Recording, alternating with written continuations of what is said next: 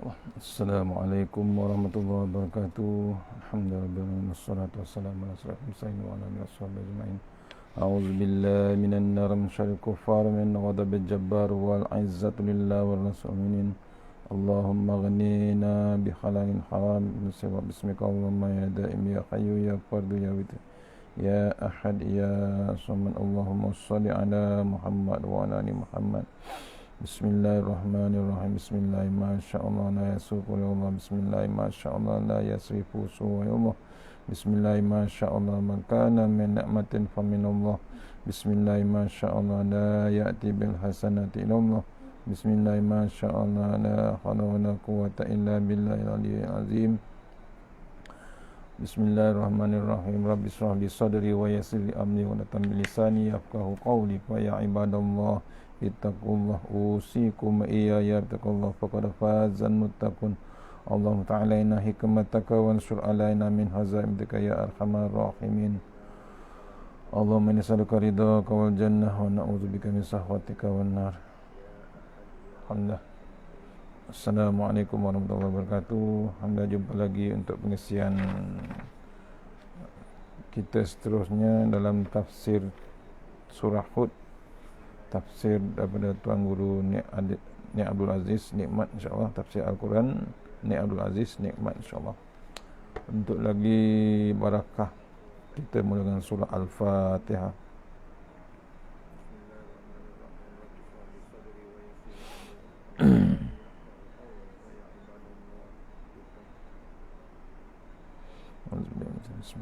InsyaAllah, sebelum kita meneruskan, kita mulakan dengan share pada sahabat-sahabat, insyaAllah. Mohon share di Facebook, di WhatsApp, insyaAllah, grup-grup.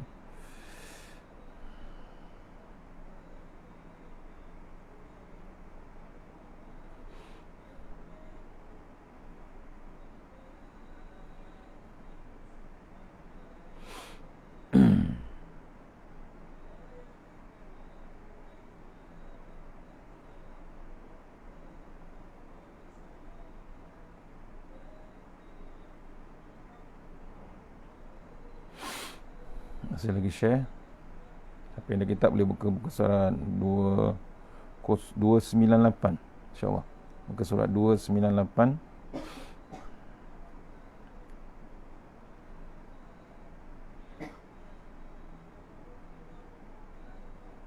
Mohon share, insyaAllah.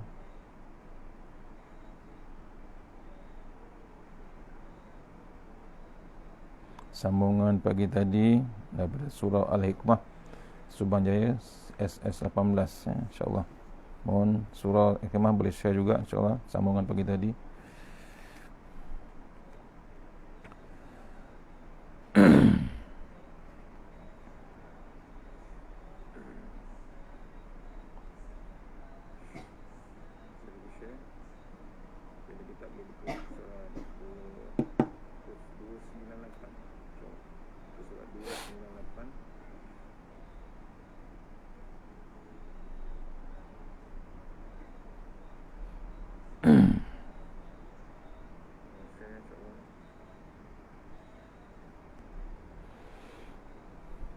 Okey, terus buka muka surat 298, kitab Tuan Guru Tafsir Al-Quran, ayat 75, surah Hud lagi, ya, tebal tafsiran ni. Ayat 75 surah Hud, insyaAllah.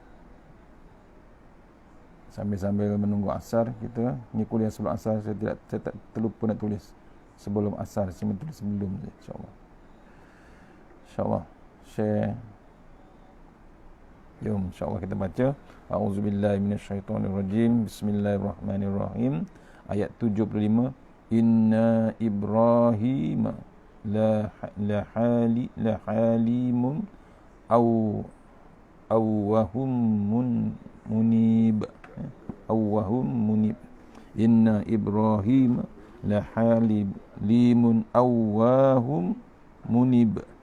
Sadaqallahul azim. Ayat 75 yang bermaksud sesungguhnya Nabi Ibrahim penyabar, lembut hati, yakni bertimbang rasa, lagi suka kembali kepada Allah dengan mengerjakan amal bakti. Ni yang ada pada Nabi Ibrahim diceritakan dalam Al-Quran. Sesungguhnya Nabi Ibrahim seorang yang penyabar, lembut hati, bertimbang rasa, lagi suka kembali kepada Allah dengan mengerjakan amal bakti. Allahu Akbar. Ni sifat Nabi Ibrahim yang diceritakan dalam Al-Quran, surah Hud, sampai ditulis dalam Quran macam mana keadaan Nabi Ibrahim alaihissalam.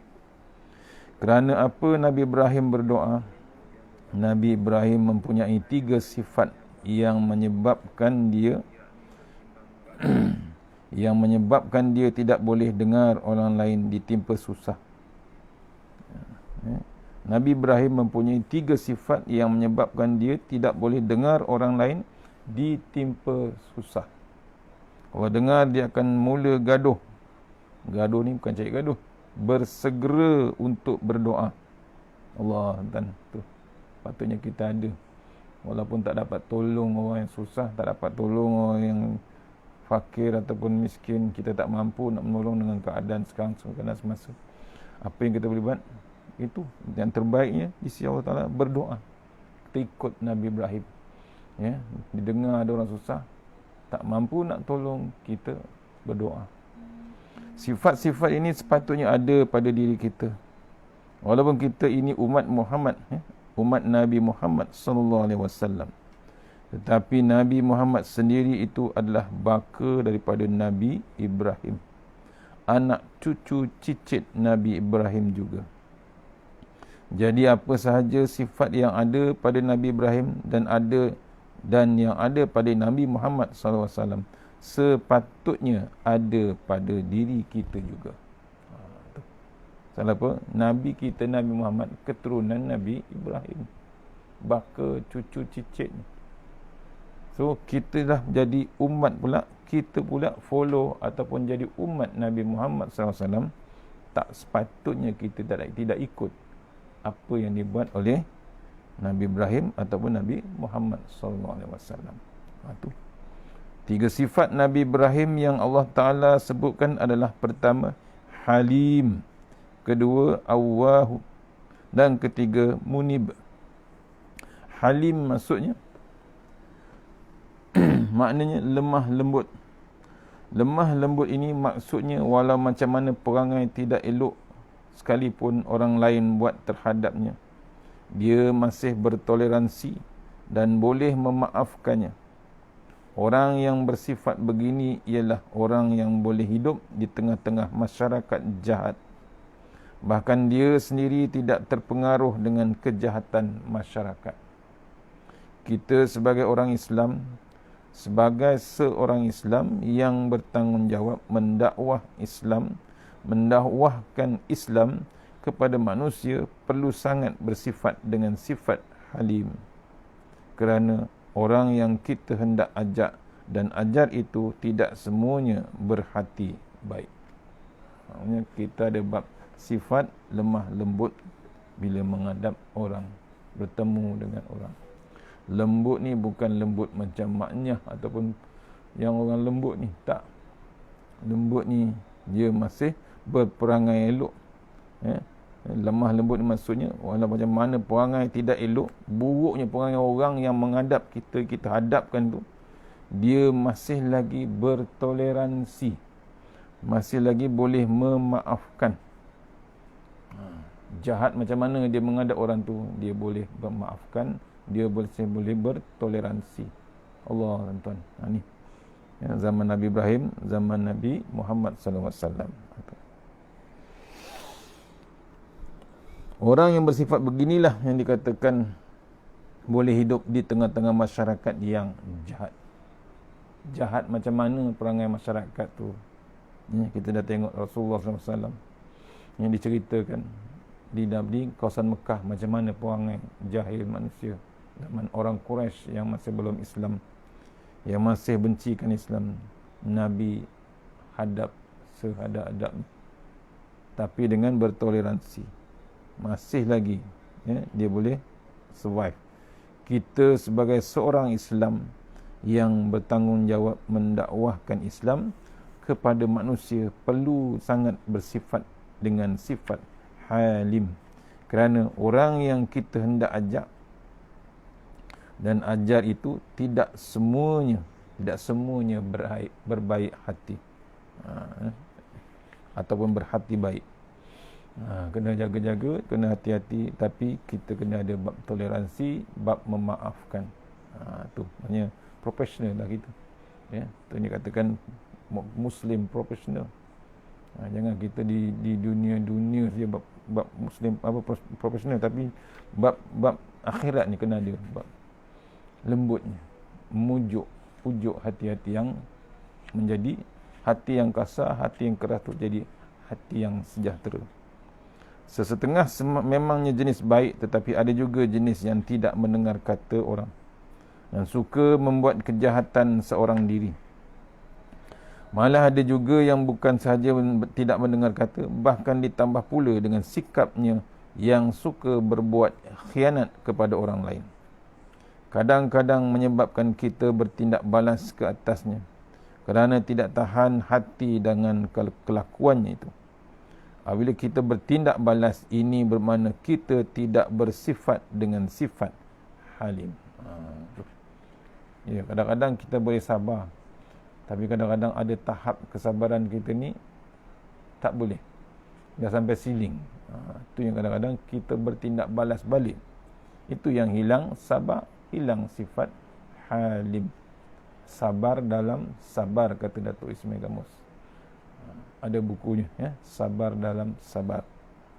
Itu contoh. Jaga bab kesabaran kita. Kadang-kadang bimbang. Bila hilang bab tu, kita bertindak balas balik dengan orang tersebut, akan jadi hilang bab sifat halim. Awwahu pula maknanya asalnya ialah mengeluh. Seperti dalam diam-diam kita mengeluh. Allah sakitnya, contoh. Aduh susahnya. Allah pedihnya. Orang yang selalu meluahkan isi hatinya kepada Allah Ta'ala disebut sebagai awwah. Nabi Ibrahim ini sudahlah berlemah lembut sifatnya, malah suka berdoa. Sikit-sikit beritahu kepada Allah. Sikit-sikit menyebut nama Allah. Perangai seperti ini dipanggil sebagai awwah. Itu. Maksudnya dia tidak bergantung dengan manusia. Apa yang disebut nama Allah Subhanahu Wa Taala. Kita pun kena ikut juga. Kita kena mengadu dengan Allah Ta'ala. Ya, mengadu dengan manusia, mengadu dengan makhluk, belum tahu. Kadang ditinggal. Ya. Didengar-dengar tapi takat tu je lah. Ya, bukan boleh tolong, bukan apa, tak. Tapi mengadu dengan Allah Ta'ala, Allah Maha mendengar. Allah Maha penyayang, Allah Rahim. Ya, Allah Rahman. Semuanya Allah sayang. Sebenarnya Allah tunggu kita menyebut namanya. Macam-macam nama ada. Sebab tu kita jangan sebut benda-benda yang tak baik. Bila kita mengeluh, cari Subhanallah, Masya Allah, Allahu Akbar. Kita sebut saja nama Allah Ta'ala. Takkan tak terdaya nak sebut. Daripada kita sebut nama-nama pelik-pelik, perkataan-perkataan yang tak elok, baik kita sebut nama Allah Subhanahu Wa Ta'ala. Itu disebut sebagai Allah. Maksudnya Nabi Ibrahim, benda pun dia akan sebut, akan mengadu kepada Allah Subhanahu Wa Taala. Kemudian munib, sifat yang ketiga, munib ialah jenis orang yang menuju ataupun corner kepada Tuhan belaka. Dia tak ada lain, dia kepada Allah saja. Apa sahaja yang berlaku di depan matanya dianggap sebagai qada dan qadar Allah Taala. Semuanya perancangan Allah Taala. Oleh kerana Nabi Ibrahim bersifat dengan sifat halim, awwah dan munib, menyebabkannya terus berdoa kepada Allah. Diceritakan. Tu cerita ayat 75 perangai Nabi Ibrahim alaihissalam. Dia seorang penyabar, lembut hati, bertimbang rasa, lagi suka dia kembali kepada Allah dengan mengerjakan amal bakti. Bila Allah uji kita, Tak ada cara lain kita ni dengan keadaan semasa, kita balik kepada Allah Ta'ala. Dan perlu ikut Nabi Ibrahim sebagai seorang yang penyabar, lembut hati, bertimbang rasa, dan paling hebat, terus kembali kepada Allah Subhanahu Wa Ta'ala. Jangan tangguh sebenarnya. Kita jangan tangguh. Kadang-kadang kita menangguh balik kepada Allah Ta'ala. Dah reda penyakit, kita balik pada bab maksiat. Rosak dah. Ya, sombong balik dengan Allah Ta'ala. Walhal itu yang dilarang Allah Ta'ala. Ini contoh yang kita perlu ikut pada Rasulullah SAW, Nabi kita, dan ada pada yang original awalnya dulu siapa? Nabi Ibrahim AS. Dalilnya ayat 75 surah Hud. Terus masuk ayat 76 surah Hud. A'udzubillahi minasyaitonirrajim. Mohon komen kalau suara tak jelas, ya, mohon komen. A'udzubillahi minasyaitonirrajim. Ya Ibrahim, a'rid an hadza, innahu qad jaa amru rabbik wa innahum atihim azabun ghairu mardud. Sadaqallahul azim. Surah Hud ayat nombor 16, ayat nombor 76 tuan-tuan. Buka Quran, kalau yang baru sampai, kalau baru buka, baru mula, ayat 76 surah Hud. Maksudnya ayat ni, ayat 76, malaikat-malaikat itu berkata, wahai Ibrahim, janganlah dihiraukan hal ini.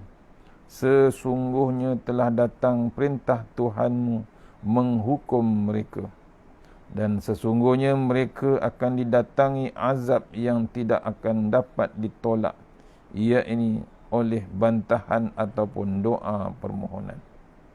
Ni malaikat terus menyampaikan kepada Nabi Ibrahim, janganlah hiraukan hal tersebut, iaitu sesungguhnya yang datang perintah Tuhanmu ialah menghukum mereka, yang mana mereka sesungguhnya mereka didatangkan azab yang tidak akan ditolak ataupun dipohon ataupun didoakan. Azab orang siapa? Orang yang ingkar dengan Allah Subhanahu Wa Taala. Ya, mohon tu waktu kita jangan ingkar pada arahan perintah Allah Taala. Apabila Allah Taala menolak pandangan dan doa Nabi Ibrahim, ya, apabila Allah Taala menolak pandangan dan doa Nabi Ibrahim, lalu dia menyebut, ya Ibrahim, hei Ibrahim, a'rid an hadza, jangan ambil kisah perkara ini. Kamu tak usah campur tangan dalam masalah kaum Nabi Lut. Ini cerita Nabi Lut ni. Ya, kaum Lut akan dihukum Allah Ta'ala. Ya, kaum Nabi Lut ni akan dihukum Allah Ta'ala masa ni. Pasal apa? Ingkarnya, perangai yang tak sepatutnya. Perangai apa? Perangai lesbian, LGBT kalau zaman sekarang. Sekarang dah mula timbul balik kaum Nabi Lut, nak mengikut balik telatah kaum Lut. Walhal dia tahu, kadang-kadang ada yang dah tahu bila buat perangai kaum Nabi Lut ni akan dihukum Allah Ta'ala. Zaman Nabi Lut dah dihukum, dia tahu dah cerita tu. Tapi nakkan bab hebat di dunia, nak fashion sangat, nak trend sangat, nak modern sangat dengan perangai kaum Nabi Lut. Tu suka lelaki dengan lelaki, perempuan dengan perempuan, tak tahu jenis manusia apa. Kononnya modern, hebat, trending, ya, up to date, fashionable. Tunggu Allah bagi. Kita bimbang bila dia orang yang buat perangai, bimbang bala yang Allah hantar tu sapu bersih. Maksud sapu bersih ni, maksudnya apa? Kita sekali semua habis. Maksudnya rata. Benda ni berlaku pada zaman Nabi. Kita zaman sekarang dah tak ada Nabi. Kita tak ada Nabi dah. Yang ada waris-waris Nabi. Itu yang kita bimbang. Ya. Ni maksudnya Allah menasihatkan, Allah perintahkan malaikat menyampaikan kepada Nabi Ibrahim, jangan bimbang yang akan berlaku dengan masalah kaum Lut itu. Memang perancangan Allah mahu memusnahkan mereka dan Allah sudah kirimkan malaikat untuk menghancurkan mereka yang sekarang sedang singgah di rumah kamu sekejap. Sebenarnya malaikat tu on the way ke tempat Nabi Lut. On the way ke tempat Nabi Lut, tapi dia singgah ke rumah Nabi Ibrahim.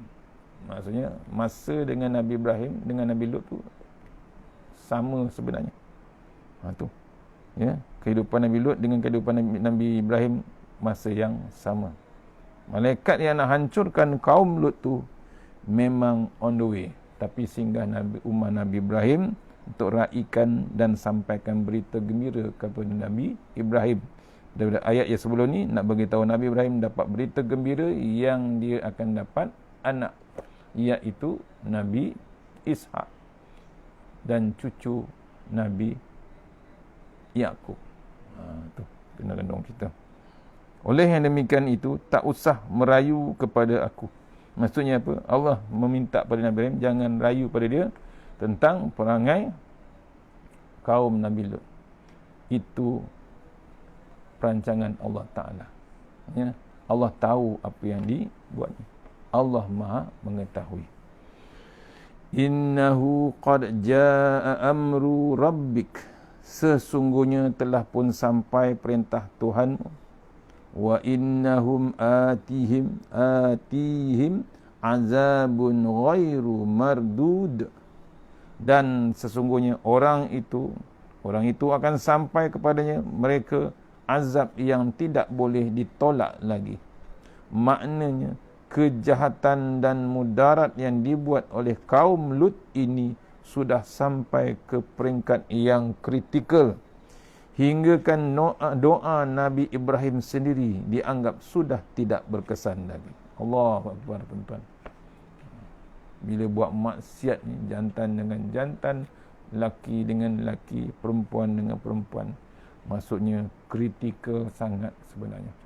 Sampai doa Nabi Ibrahim pun Allah tak terima.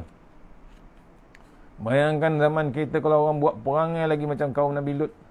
Cuba renung, cuba perhati. Tuan-tuan jangan tak ambil cakna benda ni. Benda-benda ni berlaku di kolej, di universiti dan macam-macam. Sekarang dah timbul pula sugar daddy.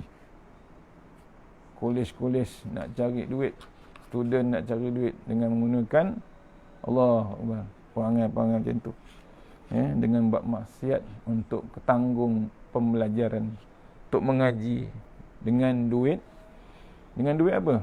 Dengan duit buat maksiat. Siap ada ranking setiap universiti, setiap ada ranking setiap kolej. Malaysia pun terlibat juga dengan bab ni. Siap ada software, ada application untuk menjadi sugar mami, sugar daddy. Allah, tuan. Tak ada ke cara lain untuk mencari rezeki? Nak tanggung belajar? Agak-agak halal ke pembelajaran tersebut bila dengan duit bersumberkan maksiat macam tu? Yang kita bimbang, Allah hantar malaikat mengerjakan orang yang maksiat, mengerjakan kaum yang maksiat.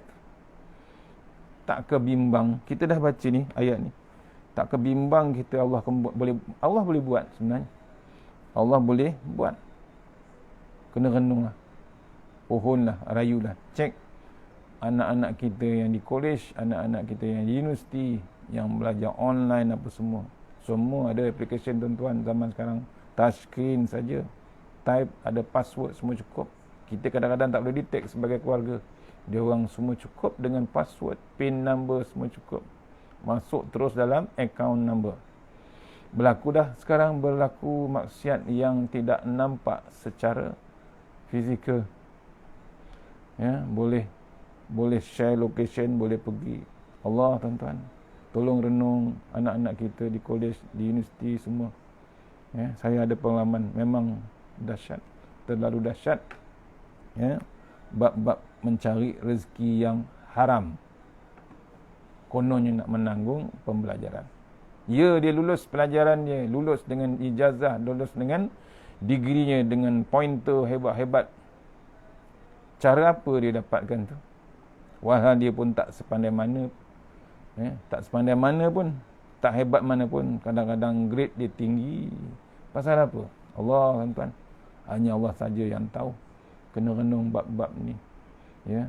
Kadang-kadang hasilnya betul, lulus, graduate cukup, seronok mak bapak. Dia tak tahu anak tersebut belajar cara mana. Halal ke tak halal, halal ke haram anak tersebut. Pasal apa? Didikan asasnya kemungkinan tidak ada. Kadang-kadang pernah berjumpa yang tak tahu solat pun ada. Ya, grade dia 18A, 20A, 12A. Ya. Solat tak tahu. Kadang-kadang ada yang solat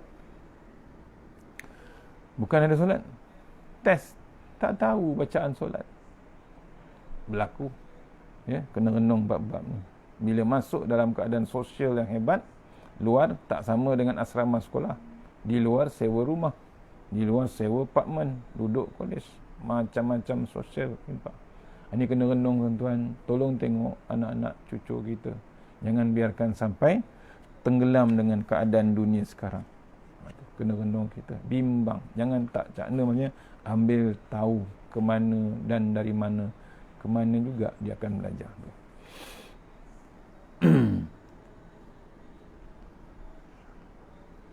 Sesungguhnya sampai perintah Tuhanmu, iaitu kaum Nabi Lut ni, dan sesungguhnya orang itu akan sampai azab mereka yang tidak boleh ditolak lagi.